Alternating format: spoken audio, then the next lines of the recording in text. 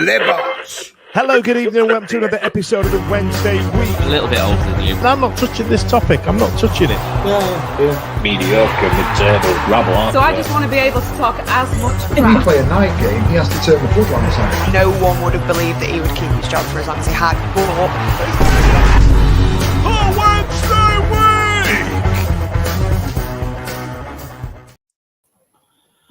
Hello, good evening, and welcome to episode 413 of the Wednesday Week. This week, titled To Be Continued. Tonight, I'm joined by Simon, Holly, and John to discuss all the goings on for the last week at Sheffield Wednesday. How are we doing, everyone? All good? Yeah, good. Wait for Euros now, aren't we? Yeah, good stuff. Yeah, Euros now. I think England are playing tonight, but sort of till someone put on the podcast WhatsApp, I did not have a clue. So nothing, not interested, to be honest. Sheffield Wednesday, that's all we're about, aren't we? So let's get straight into it. So we've seen this week, Friday, there was another contract announcement. They love these on a Friday. Danny Rule was last week. And then we've had the captain and vice-captain, Barry Bannon and Liam Palmer, both agreeing new deals. And as customary for Sheffield Wednesday, they don't tell you the length. So, Holly, ladies first, I'm going to go with you. Expected? Happy? What's your thoughts on that news? Do you know what? For the first time, I thought it wasn't expected. I thought there was a chance that they were both going to go. And I think both of them going would have been probably, it would have been a big mistake, I think. But and I dare say neither of them are going to play the majority of next season. But I think it gives us a bit of stability to keep both of them. I'm happy with that. Happy. John, how about you? Are you happy with the news that obviously Bannon and Palmer have got another, well, at least 12 months? Yeah, I think it's one of those. You could say, are the best days behind them? Yeah, probably. But can they still offer something for the team? Again, probably yeah. But even if it's as much as being an influence, because they've both been there a long time, the presence of those two in a dressing room is probably very beneficial to any team that we're trying to build this next upcoming season. So they are two, very influential players at Sheffield Wednesday. So, I agree with Holly. I don't know quite how much they'll play again next season, depending on remit. If it is a top 10 finish we're targeting, then perhaps we won't see as much of them as in previous years. But I'm sure the terms of the contracts should be fairly decent, and I would expect that they'll only have been maybe a 1-year deal with an option of a second or something like that in those realms. Yeah, I think we need better, but I understand bringing them back, and I think they'll have a part to play in some way. What I will say is, if I were them, I probably would have left, because I think we had that promotion season that were absolutely wild, and then we had this season that somehow topped last season. And I think for both of them as a legacy, wouldn't you just go, "I've done it now"? I probably would have gone. But don't listen to me if you are listening, boys. It's too late. You signed it, so. Simon, what's your thoughts on obviously that we've just been talking about Palmer and Bannon? Well, I think Steve, if he's listening, for a start, that I think one of you or both of you said that Palmer will play a bit part next season. My God, Steve will be. If he's not messaging now, he'll be. If he's running, he'll be sort of falling over stones and trying to get back quickly so he can chastise you all. I personally felt it was a given that they both sign. I think Danny Rule has sort of set in that he wants a part established team of what we'd already got. And you've got the captain and the vice captain there. I can't see Bannon doing a full season. It'd probably be a bit part player. Because what is he now? He's 34 and he's 35, but he's already said he wants to end his career here. And Palmer, I think he'll feature in the side probably all season. He said he wants to play more than 40-odd games. He played probably the least number of games last season, but he was injured at the start of the season, wasn't he, with a groin injury recovering. And, I mean, he's kicked off his training already. He did the Edinburgh Marathon last week, so he's already on it, isn't he?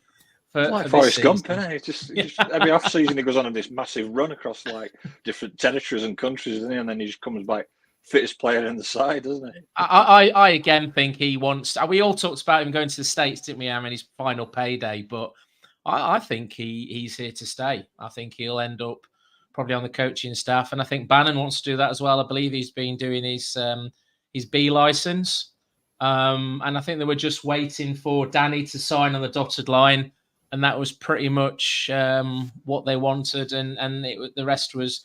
I believe that Bannon's is just a year, but I've not heard what Palmer's is. But Sorry, Ollie. I was going to say that. I was going to make a point of that because, excuse me, Rum Punchman's going to put. I think they would have quit if not for Danny. So that was going to be my question. Do you think the players are, because they are still staff and players outstanding to sign, were waiting on the news of Danny? Ollie? Well, I don't know, because it'll be interesting to see how he deals with Palmer and Bannon, given how he dealt with Lee Gregory, which we're all assuming that he said that Gregory was professional and were brilliant in training, and it's nothing to do with how he was at training. So we've all assumed that means it's because of his age. And those Palmer and Bannon must be the age that, or coming up to this season, the age that Gregory was. So it'll be interesting to see whether that affects how often or how involved they are. Would you sign for somebody who has already done that to somebody else that's that age? I don't know. Yeah, I don't know, because you're saying Danny's an ageist. Yeah, blooming heck. That must be so. Is that the first negative thing anyone's come out in the last few months about Danny Rule? They're different positions. There's different positions, though, isn't it? To what, he's a striker, isn't he, Greggs? And we've got a midfielder who can probably, in regards to Bannon, can probably actually just play a role in the centre of the park where he just pings the balls left, right, and centre. Look at Waddle towards the end of his career. There was very little running done. It was purely his left foot. I was going to say, as somebody who is the wrong side of 35, I would rather not play midfield, if I'm honest, because I've gone past that point now. Whoa, Holly, I was the wrong side of 17 and I couldn't play midfield. What I'm saying? I don't think the 35 thing. I think it's for me. I'm not being controversial. I'm not really saying this just because this is what I think. I think that when is the time to make the change of the old guard? So we've said Bannon, I think this is going to be his 10th season, and fair play to him, being at any club for 10 years. Palmer, obviously, all his career, apart from a little stint at Tranmere. Would this season be a good time to move players on?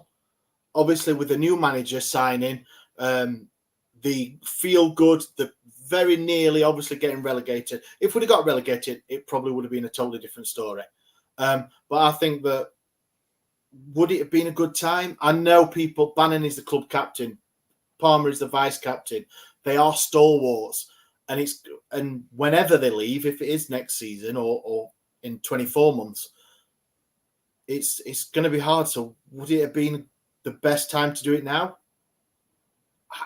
I would have said so, but it would have been a massive change, though. It would have been, obviously, Bannon still played 40 odd games last season. I know Palmer was a bit part player at the start because of his injury, but towards the end he played virtually every game. So what do you think? Would it have been a good time to make a change, Simon?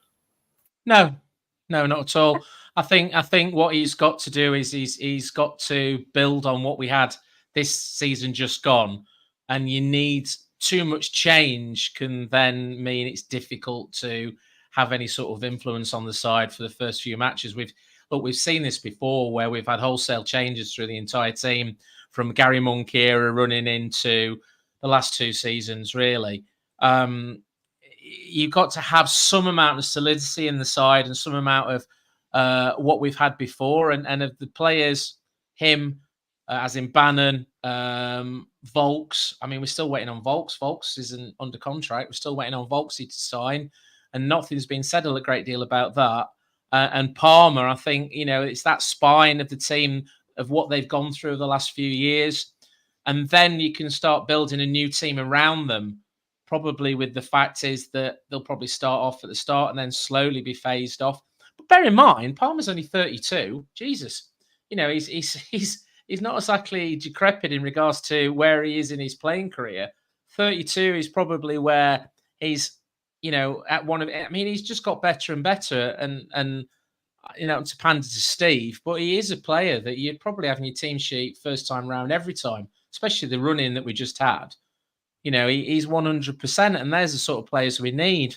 Changing it too much could make it an uphill task for Danny, and I think that's why he's gone with, it's not who it's what and having some established players in the team to build new players around them.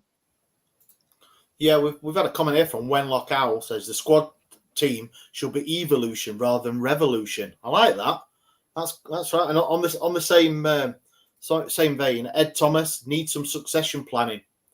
Hopefully we see more young lads follow Cads and step up to first team this season too.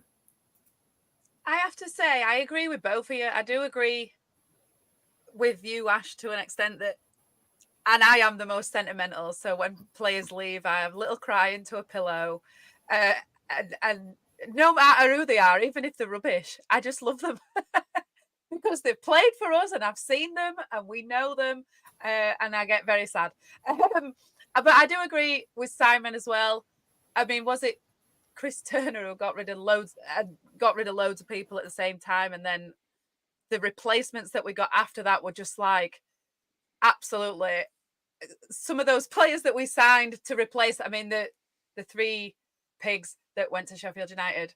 And then played in the Premier League. Obviously, the replacements we got for them were just not even to 2 leagues below that. So that were just like... and there was a comment that said, get the replacements before we get rid of them. I would assume that they've been told that, like Si just said, to... so Ashley Green says we need to bring in the replacements now. A bit of mourning, but Palmer and Bannon will be slipped. That's basically the gist of what they said. It better than me. Yeah, so I think, I would assume Danny's told them that they're going to get phased out this season. Again, like we saw what happened with Gregory. I can't imagine that he's going to change his mind on that just for these guys. But I do also think that changing everybody is not the way. So keeping a couple of key places, key positions, ease us into the season, because we really don't want to start how we start this time. We don't need to ease into it like that. That's not easing. No, we've got rid of a few players. Obviously, we've all seen the retained list and shipped out what Danny out. Well, I assume it is what Danny said, with him obviously going out, still in contract, but he's had it extended, that he was looking at for next season. John, it's keeping Palmer and Bannon is on wages that probably Palmer, I can imagine he's not going to be on that deal, but the $100,000 a week that Bannon is reportedly always on is going to hurt the pockets a little bit. But we can't be. We'll get on to Chansiri and all, obviously his plans for next season, but it can't have been a monetary decision. It was purely football, surely, to keep them. I think so. The guy who put the revolution comment out, that's exactly what I was thinking. And it popped up on screen. It kind of made me smile inside. So it's like how I was thinking along the same lines. I think we're not going to have a complete tear up and rebuild of a squad. It's going to be, smart additions here and there. And I think, until you bed those new players in and see what you've got, can you then be comfortable that you can start phasing the likes of Bannon and Palmer? I hate to say phasing now, because they are like really key players, aren't they? But Father Time catches up with everybody, doesn't it? And eventually they will be slipping down the pecking order. But I think until the new players come in and prove they are better than what you've got, I think it's a smart decision to bring them back for now and then see, because you never know in the transfer market what Danny Rule already got a list of targets, but how many of them realistically would they be able to bring in? It'll depend on the club's squad sizes. It'll depend on agents' fees and what percentage of the wages we're going to pay for loans and stuff like that. Even free transfers, you're still negotiating, aren't you? Like a Pervader who is a free transfer at the moment. So until you get those players in, I think it's smart to hold on to what you've got for now. And then if you find that, you can slowly sort of change into the guard, so to speak, and then so be it. Yeah. At the minute at the club, I believe, and please correct me if I'm wrong, Bannon is the only central midfielder. Hendricks left. Diaby's left. He was only on loan, wasn't he? Momo Diaby. Byers has been released. Volks is unsigned at the minute. So I think what White Rose Legends has said here is pretty spot on, to be honest. To be competitive next season, realistically, we probably need 6 quality midfielders on the books. Don't honestly see us signing 6 better than Bannon. No, but we might sign 6 younger than Bannon, and you can't have a team of kids, can you? That's never worked. That's never worked. Going out with kids. I think you still need those people to do more than the on the pitch stuff. But I would have thought that Danny's going to be looking at some young people. He may do, but then again, he may start with like Bannon and maybe Palmer in the midfield, and first 10, 12 games they have Storming, and that's their positions, and it may just make him think a little bit. So I think, yeah, looking at the squad, you would say he's signed them. It's probably a good addition, a good thing. Simon, what's your final thoughts on it? Is it? No, I think if you look at teams like you look at Real Madrid, who just won the Champions League, their midfield's based on youth and also experience. You've got the guy in the middle, the German player. His name escapes me. Tony Kroos. He's retiring. He's playing in the Euros, and that's him done. These are the sort of players that that the young kids look up to, and you look at that mini documentary that Windass did. And it does seem to be that the changing room focuses around Windass, Palmer, and Bannon, and the young lads sort of look up to these guys because they've been there, they've seen it, they've done it. I mean, you look at the fact that they played at Wembley, they've done a 4-0 comeback, they've played in the Premier League, they've that's for you, John, by the way, not John, another John. These are the guys that you have as leaders, not just on the pitch, but in the changing room. Bullen did it, didn't they? And to me, it's a no-brainer. You have youth, and then you have experience, and that's what Danny needs to build his side around. We've just when Lockow is just said who needs Tony Kroos, we've got Liam Palmer. Even though Tony Kroos is retiring, I'd probably still take him over Liam Palmer any day of the week anyway. So obviously, like I said, the news of Bannon and Palmer have re-signed. There are still some other contracts that are out. And if anyone has seen the podcast that Mr. Chris Powell did with Sam Allardyce and Natalie Pike, I don't know what the name of the podcast is, but it's been Tippy Tappy football. No tippy tappy. No tippy tappy football. That were it. Yeah. Well, Sam Allardyce on it. Bloody hell, that's not wrong, is it? There. No football. Should have called it. Anti-football. So he was on there, obviously discussing the first 10 minutes of that podcast was discussing his time at Sheffield Wednesday. I tell you what, I think I love Chris Powell even more.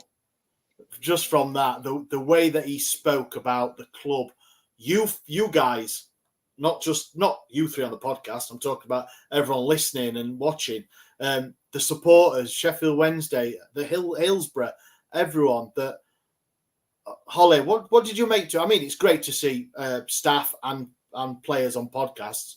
I mean, there's one here that we'd love to have them on, won't we? Like, but Yeah. we'll stick with the old guard on the Owls alumni. We will. Holly, what did you make to it? So when Chris Powell were at Charlton, I wasn't a big fan. I'm not going to lie, and I think it was one of those where you see other fans absolutely love him, and you just think, oh, well, we're not bothered about that, and they really loved him, didn't they? And now, obviously, we're seeing why. And I think our fans absolutely just took to him straight away. And he mentioned that on there, that we got under the club and the fans got under his skin really quickly as well, which is really nice to see. He made a couple of really interesting points about, like, firstly about that he's been promoted 6 times as a player and once as a manager, and then last season was his biggest achievement, which is really something. I think that just goes to show that when things are going good, it's easy, and he's realizes what Sheffield Wednesday is all about, and that is graft. But Northern graft. Yeah, that's it. Definitely not easy. But he also made a point about, I think he said that obviously Danny didn't know him, but somebody who knew him or whatever was who got in touch to do that job.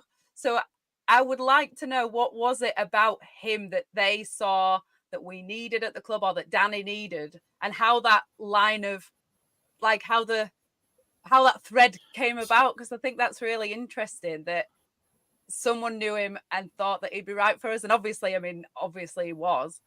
But I thought it was really, it were a really interesting insight, because he's usually a manager as well, and he's the assistant.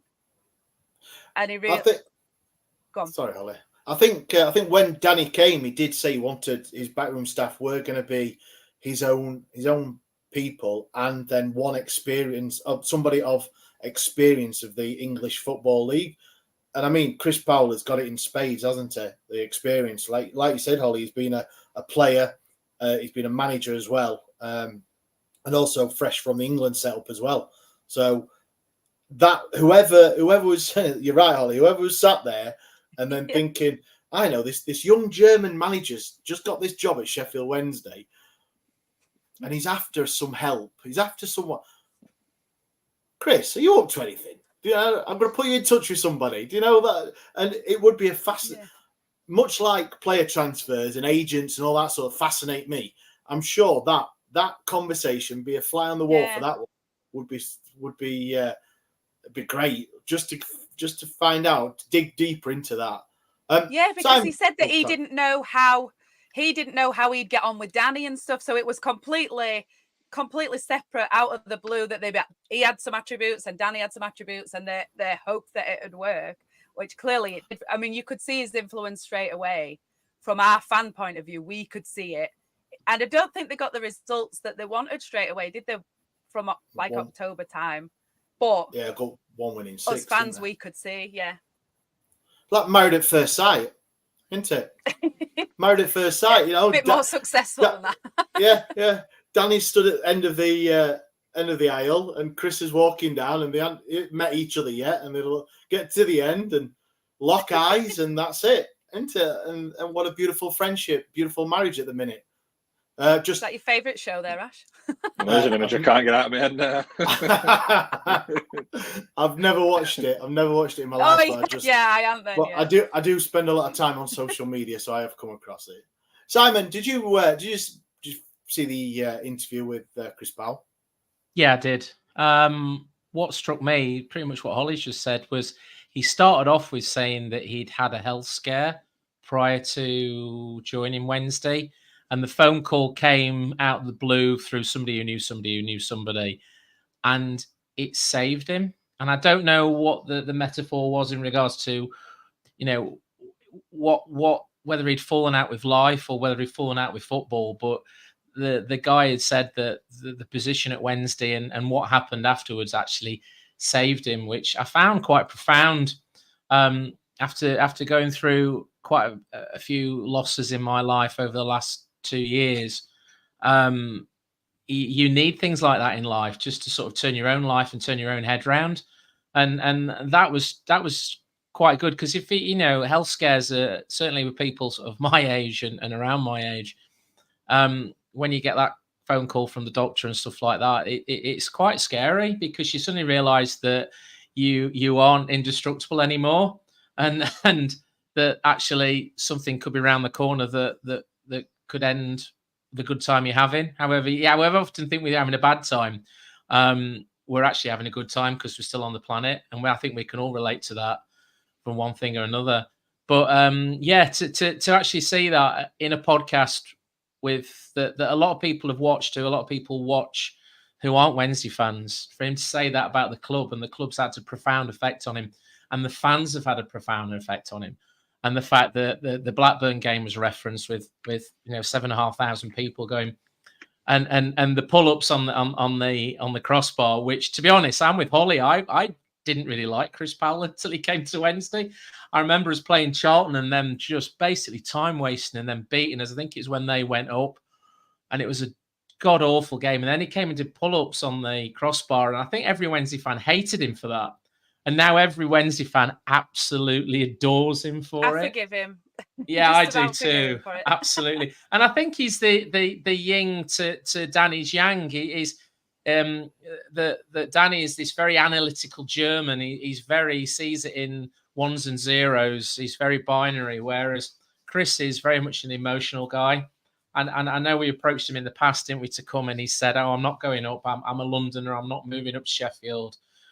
And somewhere along the line, his mind's changed, whether it be the health scare or whatever's happened in his life, and he's come up to us and he's fell in love with us.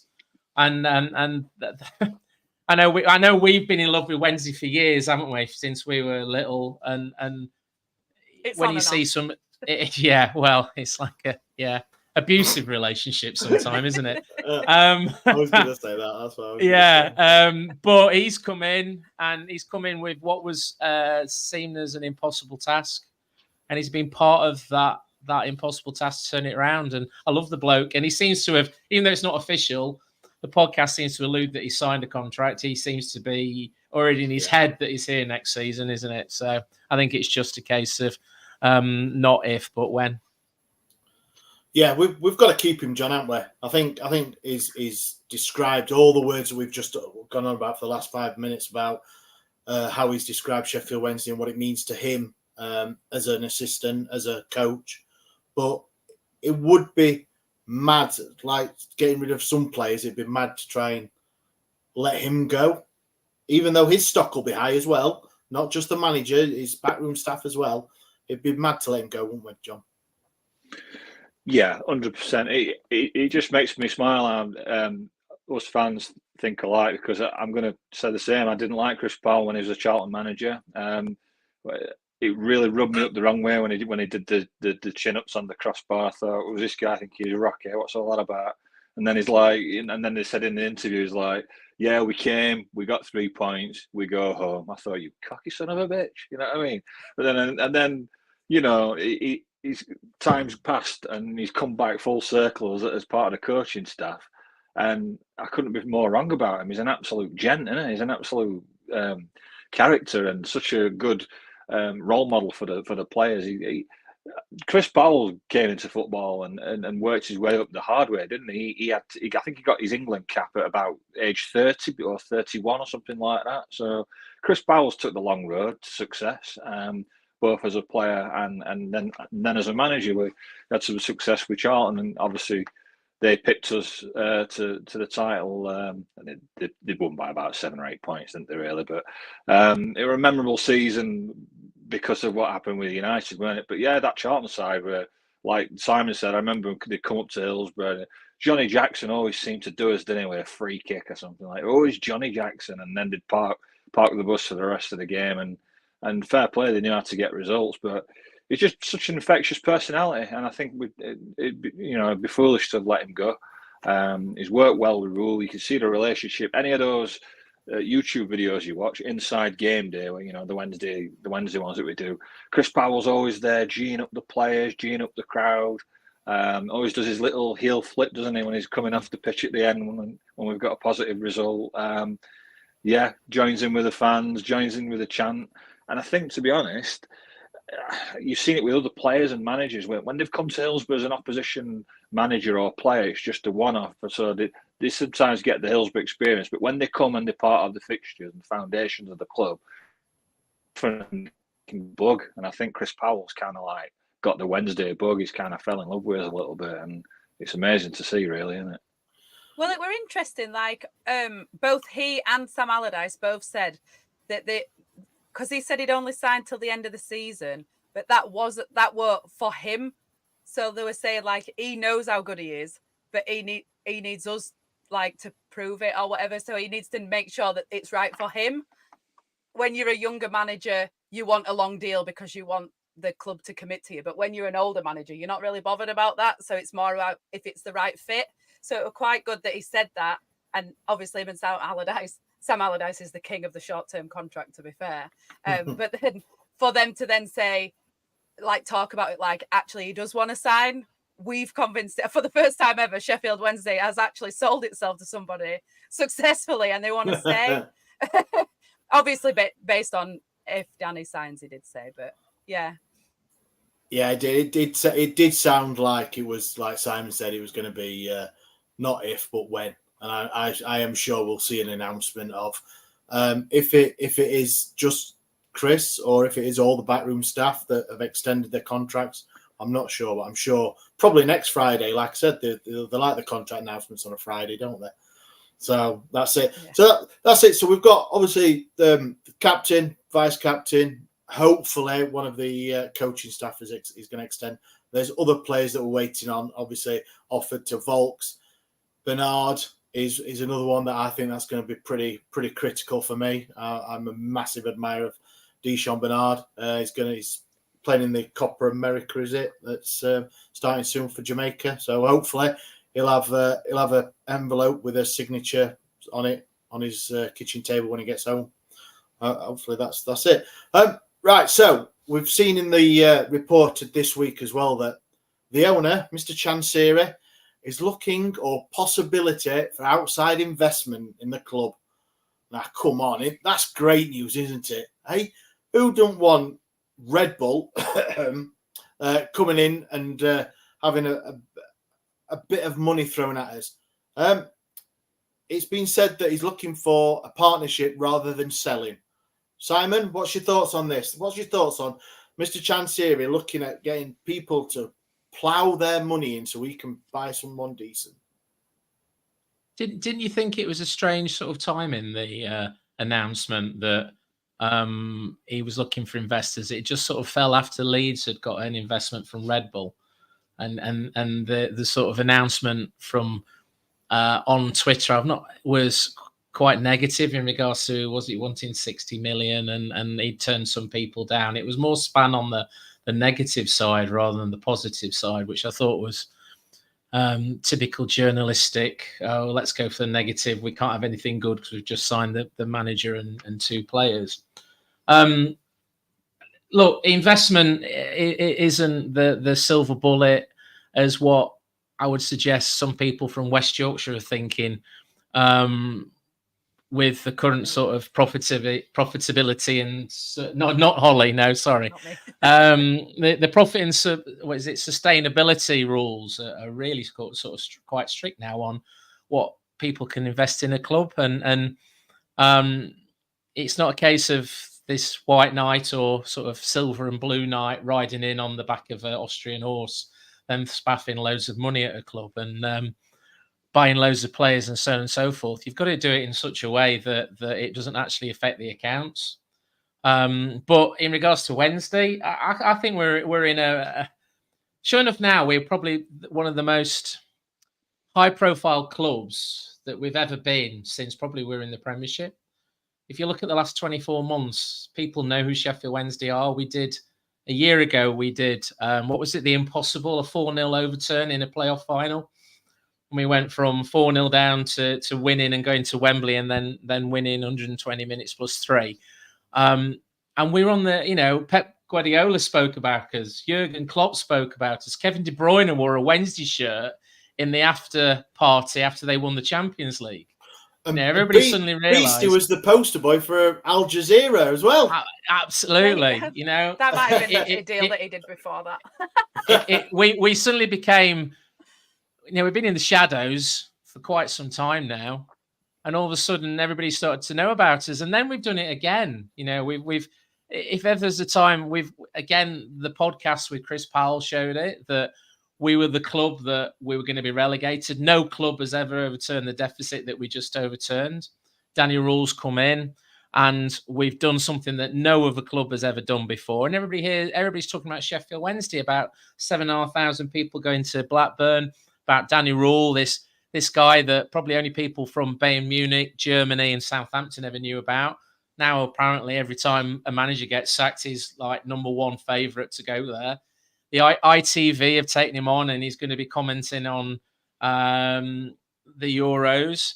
So now is the time for Chancery to say, hey, we're Sheffield Wednesday. You knew who we are. Let's get some money stuck in. But the money's got to be better invested than what Chancery did, where he spaffed it on a nice pitch and a scoreboard, and then Jordan Rhodes and Alban Abdi. It's got to be in the infrastructure. It's got to be in the coaching staff. It's got to be in the academy. It's got to be improving what goes on behind the scenes, so we can actually see in a couple of years some improvement. We need money. Go on. Sorry. Well, I was going to say, it's not it's not the silver bullet. It's not going to. If we get investment, we're not suddenly going to start spending £9-10 million on players, because profit and sustainability rules don't allow us to do that. Leeds fans are deluded if they think they're all going to suddenly start signing players of millions and millions because Red Bull have come in, because the regulations and rules don't allow you to do it. And if anything, nowadays it's even more strict. Look at what's happening in the Premier League. Forest and Everton, and look at what's happened to Sheffield United. We've got to look at the thing that we need is somebody to come in who actually knows football. If they've got money, it's great. But following on from Charlie's rant last week, we need somebody to come in and actually say to Chancery, no, this is how you run a football club. This is how we do it, and let's have structure in place. Let's have a proper way of running it.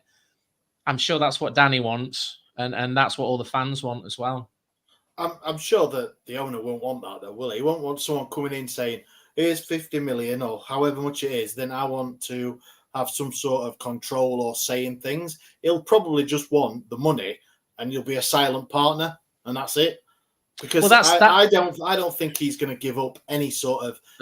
he hasn't had a director of football. He hasn't had a proper COO, CEO, and all that to do the day-to-day running. He's not going to let anyone, just because they've got 50 million, come in and say, look, I'm going to start running it. Well, that's the trouble. That's the exact trouble, because when he has put these people in place, like Katri and Mayer and stuff like that, they've lasted 5 minutes because they just cannot work with him. And now, but I alluded to last week, he's best when he's sat in the background, not actually saying anything. If somebody can come in with a 51% share rather than a 49% share, then we can look at somebody who can come in and actually run the club correctly. But you're right, it's that butting of heads against each other that we're really going to struggle with if we bring another investor on board. John, would you rather he sold up 100%? If it's all or nothing type thing, which I think it's going to have to be. It's going to have to be somebody who's going to have to put up everything that the owners wants, rather than just say, here's 20 million to tide you over for 6 months or whatever, I don't know, as an investment. And I'm just going to sit here and drink my Madri and eat my pie at half time type of thing.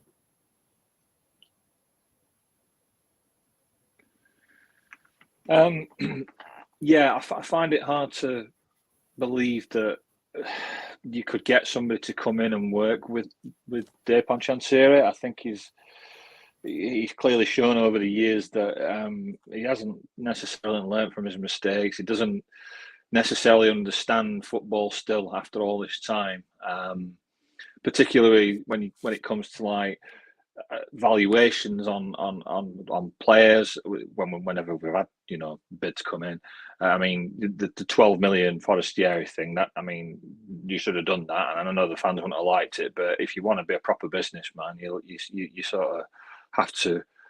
You can't turn down opportunities like that. I just don't know that people would come in and work with him because of his reputation. I mean, if you've ever listened to TalkSport and you've listened to Simon Jordan, who used to run a football club, he'll tell you all the potential about Sheffield Wednesday. He's from somebody who took over Palace and did a good job with them, and he spoke about our potential. Simon mentioned it earlier as well about the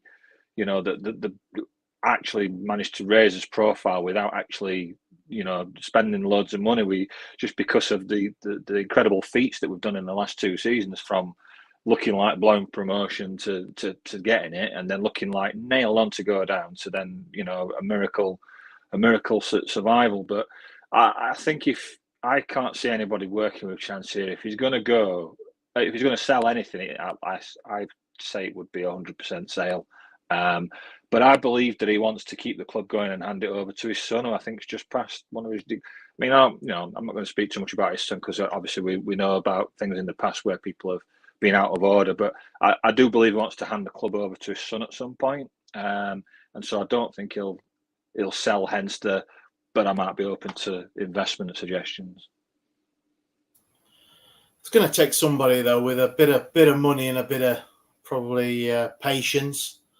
So I mean, we'll see what happens. I mean, we'd love the money to come from somewhere to be able to just sign a couple of players and be not so scared of a statement, say that we need to pay, what was it, 200 quid extra for a tax bill or something like that, which hopefully at the start of the season we don't get anywhere near the amount of statements that we had from. That's what I was just going to say. Like, if I wanted someone to work as a partnership with me, I probably wouldn't just have loads of red flags all over and just be like the worst example.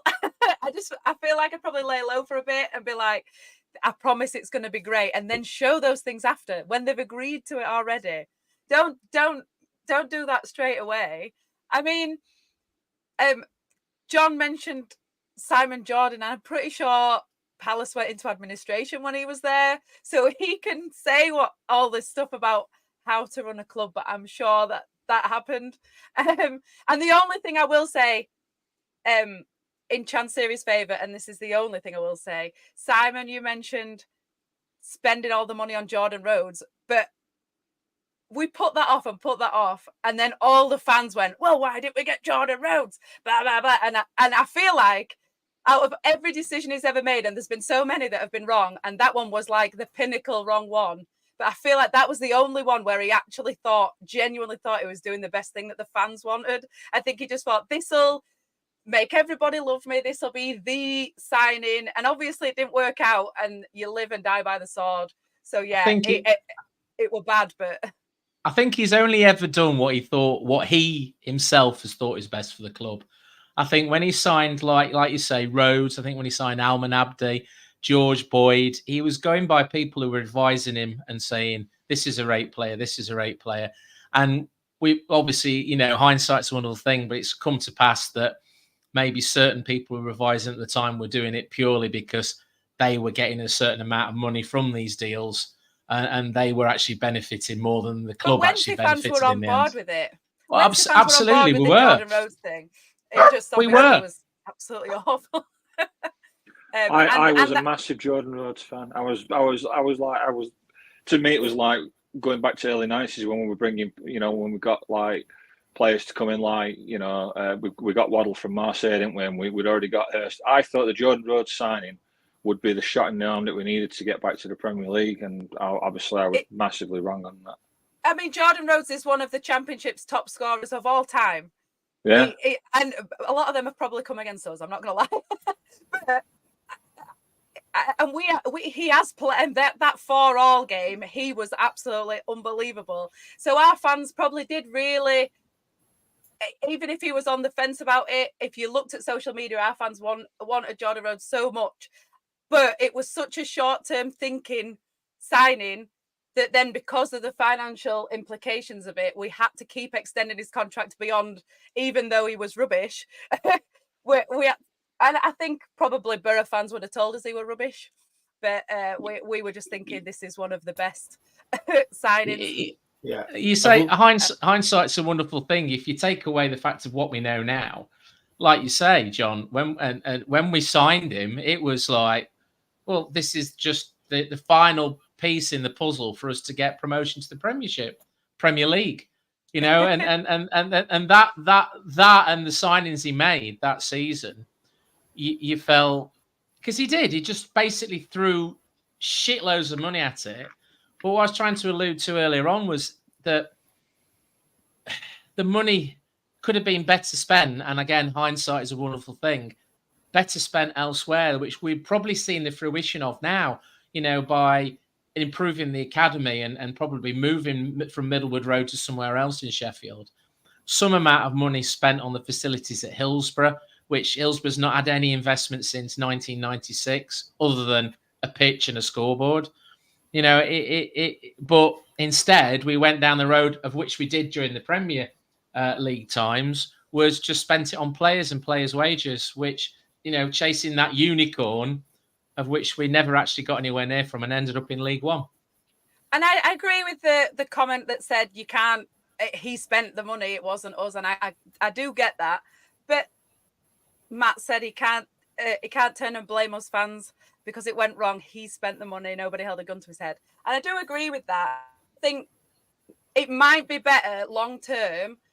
I mean, you know, if you're skint, you're very frugal and you find the best deals because you haven't got the money to spend. And Coventry, for example, they have spent some money recently, but they've had to come from League Two and up and build a little bit at a time. And there's other teams, I'm sure Ipswich had to do that at some point, but they did spend big in League One, didn't they? But there's other teams that have had to build and build and build through little tiny bits instead of just spending a lot of money. So, yeah, we might not see a lot of money in one go, but you have, like, not having the money might be the best long-term benefit, being more frugal. Yeah, I think you're right there, because we're going to see it this summer, because I think that obviously EK Ugbo is going to be sold from Troyes because they got relegated to third division in France, so they're up against it, and obviously Sheffield Wednesday are going to be in for him, I imagine, but we don't want to get as money out and spend as much as we think or should do because of who it is. There will be a ceiling of what we're, but us as fans, we want EK. Well, I personally do. I thought he did a great job, and he's proved himself in a Danny Rule formation and where he plays that he can score goals. So it'd be silly not to try and get him back.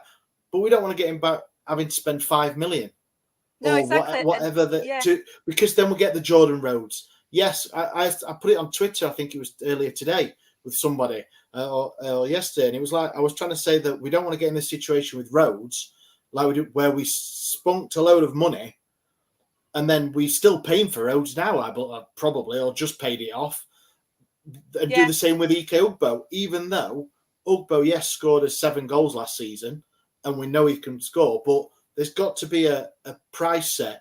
And us fans, we're calling for Ugbo to be signed. Of course we are. Probably Pervader as well. But there has to be a limit because we just can't. We can't, as much as we'd love to, we can't spend that money.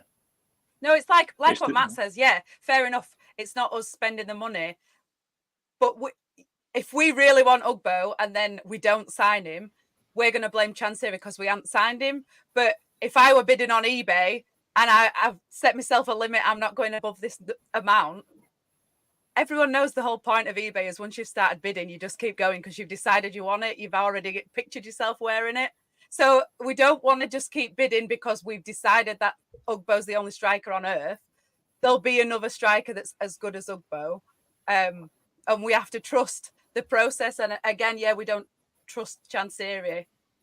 But if in Danny we trust, like Smith says, we've got to trust that if we don't sign Ugbo, we're going to sign someone else. Whoever we don't sign, it's not about them, it's about who we are looking at. We sent to do the same with Malik Wilkes, didn't we, the other season, that we got linked with him, and it went on forever and ever and ever, and summer, more, it? Yeah, and then more sent to set his heart on it. And I did we pay $750,000 for him in the end? And he's just been absolutely dreadful. I mean, I think there's rumor, isn't there? He's looking at, looking at offloading him and going somewhere else. And the comments to some of the tweets were quite sort of, let's get rid. But we did that. We did the same, didn't we? like Holly says, if it gets to the point where we're becoming a bidding war for Ugbo, there's a point where we've just got to step away, and I'm sure Danny will. There will be other players out there. He did a job, but there'll be other players out there that probably are as good, if not better, that we can get for far less money if Troy decide that they want to make it a bidding war. Yeah, it's Who's the problem going to sign of Wilkes? don't know. Dog and Duck But FC. Yeah, It it's was, the Can't we problem, just tie isn't him it, to a fence at a farmyard somewhere and drive off? Leave him. It's what it says, isn't it? Never fall in love with a lone player. They've come in and they've raised the profile. They've done well. They've put themselves in the shop window. But as Holly said, and as others have said, we can't go chasing these players and overpaying to get them back, and risk not fulfilling other targets and filling other holes in the squad. I mean, you've got to think that Danny's got some good contacts in the game, scout-wise, and obviously his previous connection. We know, I don't know, it might all be pie in the sky, but we know that his friend has just taken over at Barcelona, Hansi Flick. Could we get a young Barcelona player on loan at some stage? Perhaps, maybe not. But it's you've got to be smart with recruitment, because the reason where we still are where we are and why we're still not being able to spend money and have exciting signings like we all want, it comes back to that car last season too, doesn't it? Where we've chucked money at Rhodes, we chucked money at Abde. I mean, I remember Watford fans saying, if you think Forestieri was good, wait till you see Abde. And I'm like, who's been watching him? I'm Ray still Charles? waiting. What's going on here? Yeah. And we're waiting forever, weren't we? And we're like, the guy played one game and then you never saw him again. So I think in many ways we're still paying for that. So we're getting ourselves in this position where we have to be smart with recruitment now. And certainly one of the things we can't do is overpay for a player to come back when we've got other needs in the team as well. So like the guy in the comments said earlier, just trusting in Danny and the process, and let's see what happens. Yeah, Alex has put here, hopefully what Chansiri might finally be learning from Danny is that all of his worst decisions were reactionary, but Danny plans, then works it through, which I think that's spot on. I think it is. We mentioned it earlier, Holly, didn't you, about the fans wanted him to sign a 20 season striker in Jordan Rhodes. We did, and it didn't work out. So there's some of the comments here. There is like, there's one here, a rum punch man. We can find a 1 in 4 championship striker for under 2 million. Have we got 2 million though? This is it. I mean, I know we've got rid of, or we've released some players that may have been on some higher wages, but if we're thinking about Ugbo coming back, Paveda coming back, we're still, and Dan the boss will agree with it, we still want to find a goalkeeper as well. So a loan for, even if Beadle comes back, he's not going to be cheap as well. Not buying, I mean on loan again, because he's a year older, he's got a year more experience in the Championship. Tell you, it's going to be LC. I think I don't even know what that means. Is the scouting good enough? We can find plenty of young players for cheap who can develop. Masaba and Gassama, 2 prime examples, and they weren't even Danny rules, were they? Well, on that podcast, Chris Powell and Sam Allardyce were talking about if you had to sign 8 or 10 players a year, it's hard to get them to gel. And Chris Powell said he signed 23 players for Charlton in that promotion season. So he knows how to do it. He knows how to find them. Oh, there you go. Electric giblets. I'm intrigued for that one. I want to know what that's all about, that name. So we'll move on. So Chansiri's going to get the purse strings out. It's going to be a fun old summer, isn't it? So I don't know if any of you seen that are listening and watching that over the last couple of days, we've come from the mind of Holly is the 30-day June challenge. So if you've seen it on our social medias, please get involved. It's been fantastic. There's all different questions of the day. I think you started off with a cracker about the shirts, Holly. Kit crimes, yeah. I've spotted 4 different kit crimes that people mentioned. Although I love this away kit. I don't know what anyone were talking about. This is the best one. I voted for the IKEA George Boyd kit, and then that grey promotion away kit that had the owl on it. Bad times. That kit you've got on there, Holly, I remember that. I think we played away at Man City at Main Road, and I remember David Erskine and Mark Pembridge are right rollicking. He wanted him to square the ball to him or something. He didn't. Pembridge tried shooting him and missed. And I just remember him, like you're running back because it's a goal kick. And I just remember seeing Erskine and Pembridge are right rollicking. And I'm sure that's the kit that he got on when they were doing it. But let me tell you, when I were a kid, there's literally no reason for it, but I hated Mark Pembridge, right? I had no reason to do it, but when someone's face just really gets on your nerves, and I couldn't stand him. And now in hindsight, I think what did that poor man do? But like when it really gets under your skin, that's like he's the one. You're not a gingerist, are you? Well, I am actually a secret ginger, so maybe it is one of them. Like maybe I am.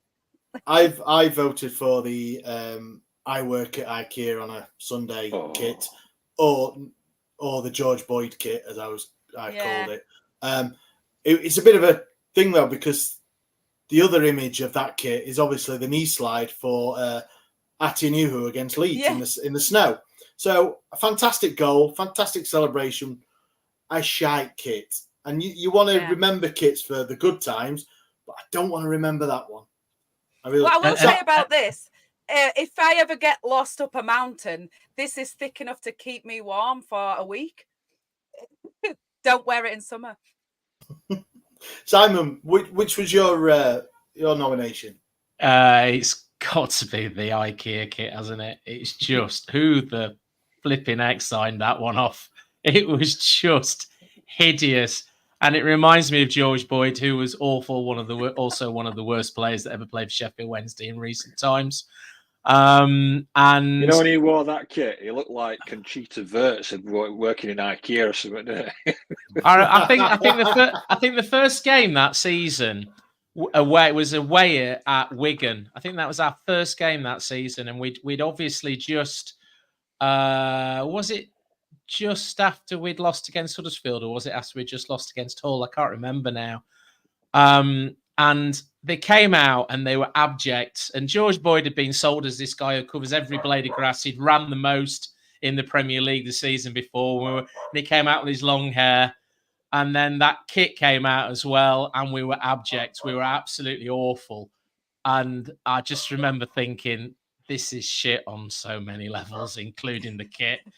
It was just, it still makes me do that now. Certain kits you associate with certain players. So like this one's Kevin Pressman, the Chupa Chups one. And like the Sanderson ones is like Carboni or Di Canio or whatever. But universally, the IKEA kit is George Boyd. Everybody's like, it's shit, and it's George Boyd and he's shit. Nobody else, just George Boyd. Yeah. Matt said, Holly, it's a great idea. He looks forward to each one.